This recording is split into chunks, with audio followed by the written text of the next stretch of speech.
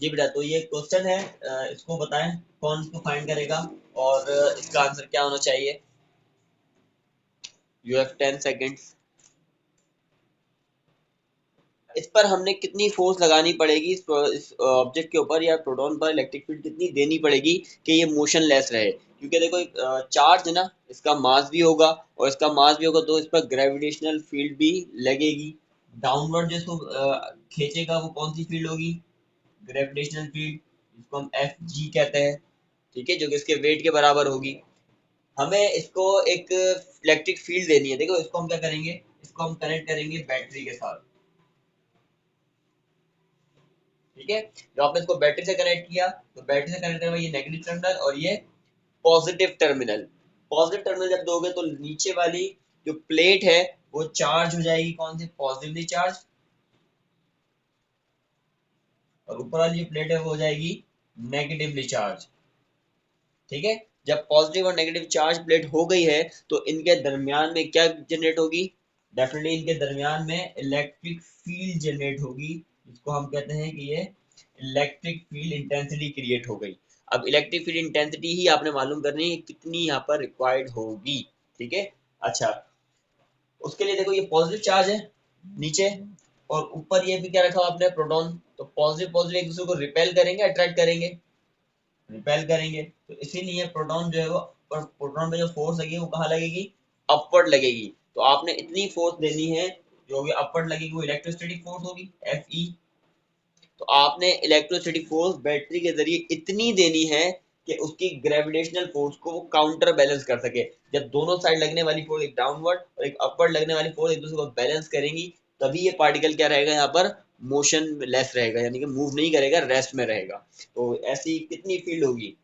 तो ये जो आप कंडीशन दी जा रही है, इस कंडीशन में हमें समझ में आ रहा है कि इलेक्ट्रिक फील्ड बराबर होनी चाहिए किसके, ग्रेविटेशनल फील्ड के। तो बेटा ये देखिए, इलेक्ट्रिक फील्ड बराबर होनी चाहिए ग्रेविटेशनल फील्ड के। ठीक है, और इलेक्ट्रिक फील्ड का कल मैंने फॉर्मूला पढ़ाया था, किसको याद है इलेक्ट्रिक फील्ड का फॉर्मूला, फोर्स में टेस्ट चार्ज बराबर थी इलेक्ट्रिक फील्ड के। तो इलेक्ट्रिक फोर्स किसके बराबर हुई थी, ई क्यू के, कल पढ़ाया था ना। तो ये एफ ई बराबर किसकी होगी, ई, फोर्स, ग्रेविटेशनल फोर्स बराबर होती है इसके वेट के, ये भी मैंने कल आपको पढ़ाया था। तो वेट के बराबर पड़ता है एम जी, और ये अगर फोर्स है, वेट फोर्स होती है, तो F is equal to G M multiply था, नीचे अगर डिवाइड हो गया था।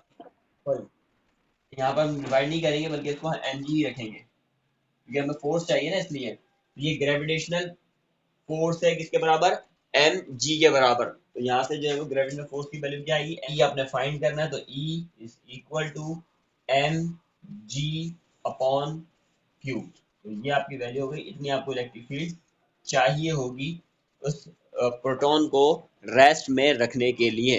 ठीक है, तो इस तरह से भी एमसीक्यूज बनते हैं। जरूरी नहीं है कि आपको कुछ वैल्यूज दी जाए और आप उनसे आंसर निकालो। तो ये आप इस तरह ऑप्शन में इसी तरह के कुछ फॉर्मूलाज के फॉर्म में भी वैल्यूज गिवन होती हैं, तो इस तरह भी हमें एमसीक्यूज आ सकते हैं। ठीक है, और अगर वहां पर वैल्यूज की फॉर्म में बात की जाए, पूछा जाए बेटा वैल्यूज की फॉर्म में बताओ कि इलेक्ट्रिक फील्ड एक्चुअली चाहिए कितनी, तो क्या आप निकाल सकते हो या नहीं निकाल सकते, बिल्कुल निकाल सकते हैं। कैसे निकाल सकते हैं ये आप लोग निकालेंगे, ये आपको होमवर्क है। इलेक्ट्रिक फील्ड, ठीक है, यहाँ पर एम, एम क्या है, मास, मास किसका, प्रोटॉन का, कांस्टेंट वैल्यू है ये आपको मालूम होगी। जी, g is the gravity, that is equal to 9.8।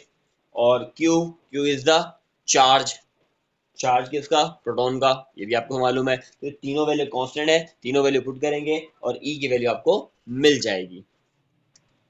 जो कल हमने इलेक्ट्रिक फील्ड इंटेंसिटी पढ़ी थी ना, वो तो सिंपल हमने इलेक्ट्रिक फील्ड इंटेंसिटी पढ़ी थी और उसका फार्मूला भी हमने निकाल दिया था कि E is equal to force पर यूनिट चार्ज। ठीक है, अब हम बात कर रहे हैं कि electric field intensity near an isolated charge, isolated point charge जब हो रखेंगे तो उस वक्त इलेक्ट्रिक फील्ड कितनी होगी उस चार्ज के ऊपर, के सराउंडिंग में जो इसकी इलेक्ट्रिक फील्ड होगी एक आइसोलेटेड पॉइंट चार्ज के, वो फाइंड करनी है हमने। ठीक है, कैसे फाइंड करेंगे, फोर्स ओवर, लेट्स से मुझे इस पॉइंट पर जो है वो फाइंड करनी है।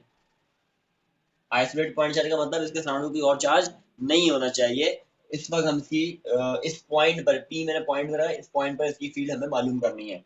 अच्छा, ये जो फील्ड हमें मालूम करनी है तो उसको मालूम करने के लिए मुझे यहाँ पर एक टेस्ट चार्ज तो लेके जाना पड़ेगा।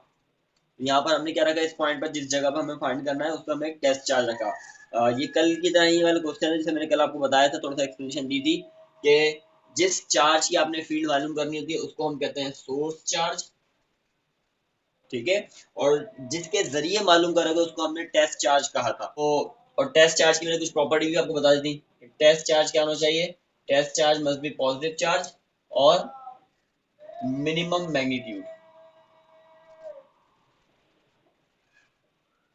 तो ये दो मैं कल भी समझा चुका था कि इतनी मिनिमम वैल्यू लेनी है कि इसकी खुद की वैल्यू दूसरे पर इंटरेक्ट ना कर सके, उस पर इफेक्ट ना करे, आपको जो रिजल्ट मिले वो सिर्फ और सिर्फ सोर्स चार्ज का ही रिजल्ट मिले। तो हमने कल इलेक्ट्रोस्टैटिक फोर्स हम पढ़ते हो, क्या पढ़ते हैं इलेक्ट्रोस्टैटिक फोर्स बेटा, F is equal to K Q1 Q2 upon R square. Electric field का फॉर्मूला हम पहले निकाल चुके थे कल, उसी में वैल्यू पुट कर दें। E is equal to F upon खाली के Q, अच्छा यहाँ पर और Q और Q नॉट है, Q1 2 तो है नहीं, Q1 क्या है Q और Q2 क्या है Q not upon R square, ठीक है। Main divide by Q not, ठीक है। तो Q नॉट से Q not cancel, final answer जो आपके पास बनेगा that is equal to E is equal to K Q upon R square. तो ये आपका फाइनल फार्मूला बना है electric field intensity for a isolated point charge. ये एक आइसोलेटेड पॉइंट चार्ज के लिए आपकी इलेक्ट्रिक फील्ड का फार्मूला बना, ठीक है। अब अगर इसमें गौर से देखें तो यहाँ पर Q की वैल्यू है, चार्ज है, ये चार्ज सोर्स चार्ज है या टेस्ट चार्ज है, डेफिनेटली टेस्ट चार्ज आपके पास। यहाँ पर टेस्ट चार्ज तो नहीं है ना, Q नॉट नहीं है, सिर्फ Q है। ये क्या है आपके पास, इलेक्ट्रिक फील्ड इंटेंसिटी मिली हमें किसकी, सोर्स चार्ज की। यहाँ पर टेस्ट चार्ज के कोई जो है वो फॉर्मूले के अंदर वैल्यू इंक्लूड नहीं हो रही। ग्रेविटेशनल फील्ड अगर मैं बात करूं, ग्रेविटेशनल आइसोलेटेड पॉइंट चार्ज की बात करूं कि लाइक अर्थ, कल भी मैंने जैसे बात करी थी भाई, हमने अर्थ की ये फोर्स तो हमने निकाली थी ना, mg के बराबर निकाली थी। ऐसे अगर मैं अर्थ की आइसोलेटेड फील्ड फाइंड करूं, आइसोलेटेड ग्रेविटेशनल फील्ड फाइंड करूं, तो वो आपने फाइंड की होगी चैप्टर नंबर 6 जो आपने पढ़ा होगा, उसमें कुछ इस तरह से कि यहाँ लिख देते हैं हम, मामला आपने ये पढ़ा होगा कि small G is equal to capital G M upon R square. ये फार्मूला पढ़ा था ना आपने ग्रेविटेशनल फोर्स का, इसको आपने कहा था ग्रेविटेशन, ये ग्रेविटेशनल फील्ड इंटेंसिटी और ये इलेक्ट्रिक फील्ड इंटेंसिटी, दोनों फार्मूले में अगर रिजेंबल देखो तो तकरीबन सिमिलर आपको नजर आते हैं, चिन्ह मिलते हुए। कैसे भाई, इलेक्ट्रिक फील्ड में जो फोर्स है, मतलब जो कांस्टेंट है वो के है, ग्रेविटेशनल फील्ड में जो कांस्टेंट है वो कैपिटल जी है, दोनों कांस्टेंट है। इलेक्ट्रिक फील्ड होती है ड्यू टू चार्ज, इसलिए यहाँ पे क्यू आया। ग्रेविटेशनल फील्ड होती है ड्यू टू मास, इसलिए यहाँ पर मास आया। इलेक्ट्रिक फील्ड इंटेंसिटी वेरी होगी स्क्वायर टाइम्स ऑफ डिस्टेंस के आर स्क्वायर से, इसी तरह ग्रेविटेशनल फील्ड भी वेरी होगी स्क्वायर टाइम्स ऑफ आर के स्क्वायर टाइम्स ऑफ डिस्टेंस के। अंडरस्टूड। तो ये दोनों चीजें देखो रिजेंबल, अगेन मैंने जैसे पहले रिजेंबलेंस बताई थी आपको, ऐसे दोबारा रिजेंबलेंस आ रही है। तो ये पता होना चाहिए कि फील्ड्स जो है वो एक ही जैसी होती हैं, बस नेचर का फर्क है, ये इलेक्ट्रिक है और ये ग्रेविटेशनल है। अब हमारे पास जो नेक्स्ट टॉपिक है वो है इलेक्ट्रिक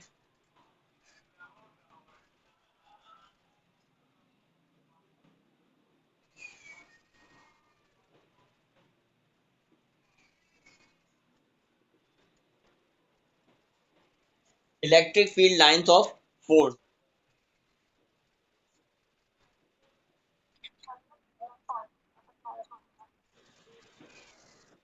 ये चार्ज आपके पास जिस पर हमने टेस्ट चार्ज रखा था, यहाँ पर इसको हमने क्या कहा था, क्यू नॉट। टेस्ट चार्ज ना हमारा, इसको हमने क्या कहा था, क्यू नॉट। देखिए इस क्यू नॉट को, ये जो सोर्स चार्ज है आपका, वो या तो अट्रैक्ट करेगा, ठीक है, या फिर वो इसको रिपेल करेगा। डिपेंड करता है कि आप जो सोर्स चार्ज रख रहे हो वो कौन सा रख रहे हो। अगर पॉजिटिव है तो टेस्ट चार्ज भी पॉजिटिव होता तो इसको रिपेल कर देगा। ठीक है, अगर ये अपने नेगेटिव चार्ज रखा है सोर्स चार्ज, तो ये इसको अपनी तरफ अट्रैक्ट कर लेगा। अच्छा, जिस लाइन में भी अट्रैक्ट करेगा बेटा, ये जरा हम अगर इसको गौर से देखें तो ये इमेजिनरी लाइन कंसीडर होगी। भाई ये लाइन इसकी तरफ जाएगा तो इसी लाइन पर जाएगा ना, या इससे अपोजिट जाएगा तो इसी लाइन पर इससे दूर जाएगा। तो एक इमेजिनरी लाइन से कंसीडर हो रही है, रियल में होती नहीं है, लेकिन ये इमेजिनरी लाइंस होती हैं। ठीक है, रियल में इसकी कोई एग्जिस्टेंस नहीं होती। जैसे हम चल रहे हैं तो चलते वक्त भी हम बताते हैं भाई हमारे जो पैटर्न है, या कोई किसी जगह पर किसी रेत पर आप देखो कोई स्नेक गुजर के जाए, तो स्नेक तो चला जाता है लेकिन पीछे उसकी थोड़ी सी लाइन सी बन जाती है जिस जगह वो ड्रैग होकर या जिस जगह से वो गुजर कर जाता है। ये सिमिलरली यही कह सकते हो कि ये चार्ज जो है वो स्ट्रेट लाइन में इसकी तरफ या इससे दूर जाता है, और जिस लाइन में इसकी तरफ या दूर जाए, that imaginary line is known as the electric field lines of forces। तो इसको हम कैसे कह सकते हैं कि imaginary lines on which positive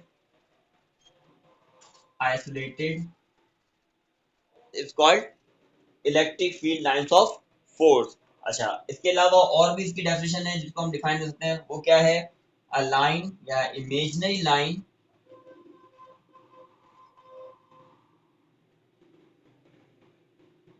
by which electric force can be exert. ठीक है, वो इमेजिनरी लाइन के जिसके जरिए जो है वो हम फोर्स जो है वो इमेजिनरी या इलेक्ट्रिक फोर्स हम लगा रहे हों। तो ऐसी लाइन देखो ना, ये वही लाइन है ना जिस पर ये सोर्स चार्ज इस फील्ड को अपनी तरफ अट्रैक्ट कर रहा है, तो फोर्स लगा रहा है ना। और फोर्स कौन सी लग रही है चार्जेस के अंदर? इलेक्ट्रिक। तो इतनी कह सकते हैं कि इलेक्ट्रिक फोर्स लग रही है, ऐसी लाइन को भी हम इमेजिनरी लाइन कहते हैं। ठीक है, अच्छा अब ये जो कॉन्सेप्ट आपने दिया था, देखिए हमने यहाँ पे पॉजिटिव को अपनी बेस बना लिया है। वो क्यों बना लिया है? देखिए कि इलेक्ट्रिक फील्ड लाइंस, अगर मैं बात करूँ, ये इलेक्ट्रिक फील्ड लाइंस है। अगर इलेक्ट्रिक फील्ड लाइंस बना रहा है, इसका मतलब ये कहीं ना कहीं से किसी ना किसी चार्ज से आ रही हूँ, जो कि यहाँ पर कोई ना कोई मौजूद होगा। अब वो डिपेंड करता है कहाँ से आ रही है, बस इलेक्ट्रिक फील्ड लाइंस आ रही हैं आपके पास। ठीक है, अगर मैं इसी इलेक्ट्रिक फील्ड लाइंस के बीच में एक पॉजिटिव चार्ज रख दूं, पॉजिटिव चार्ज रख दूं, तो ये कहाँ मूव करेगा? ये मूव करेगा with the direction of electric field lines. Positive charge कहाँ मूव करेगा? देखो दोनों की डायरेक्शन क्या है? सेम है। तो इसमें कहते हैं कि positive charge always move electric field lines. ठीक है, इलेक्ट्रिक फील्ड लाइंस की डायरेक्शन में मूव करेगा। और अगर इसको नेगेटिव चार्ज लेंगे तो नेगेटिव चार्ज की डायरेक्शन होगी, वो कहां पर होगी? वो इसके अगेंस्ट डायरेक्शन में होगा। ठीक है, तो ये बात आपने याद रखनी है कि positive charge always move in the direction of electric field.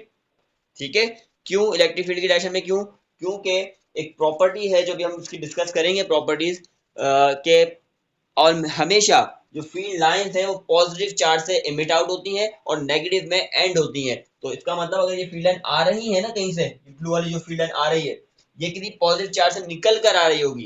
कहां से आ रही होगी? पॉजिटिव चार्ज से निकल कर आ रही होगी। और अगर वो पॉजिटिव चार्ज से निकल कर आ रही है तो ये भी क्या है? Positive charge. तो पॉजिटिव पॉजिटिव को अट्रैक्ट करेगा या रिपेल करेगा? रिपेल करेगा। तो इसीलिए कहा जाता है कि फील्ड लाइन जो आ रही है पॉजिटिव से और ये भी पॉजिटिव है, तो दोनों एक दूसरे को एक ही डायरेक्शन मूव करेंगी। ये एक ही डायरेक्शन मूव करने का मतलब ये है कि एक दूसरे से दूर जा रही है, रिपेल हो रही है।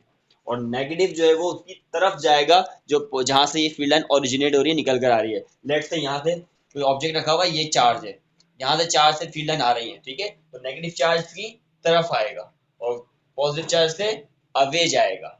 ठीक है, तो ये पॉइंट भी आपको याद होना चाहिए कि नेगेटिव चार्ज की डायरेक्शन क्या होती है? Negative charge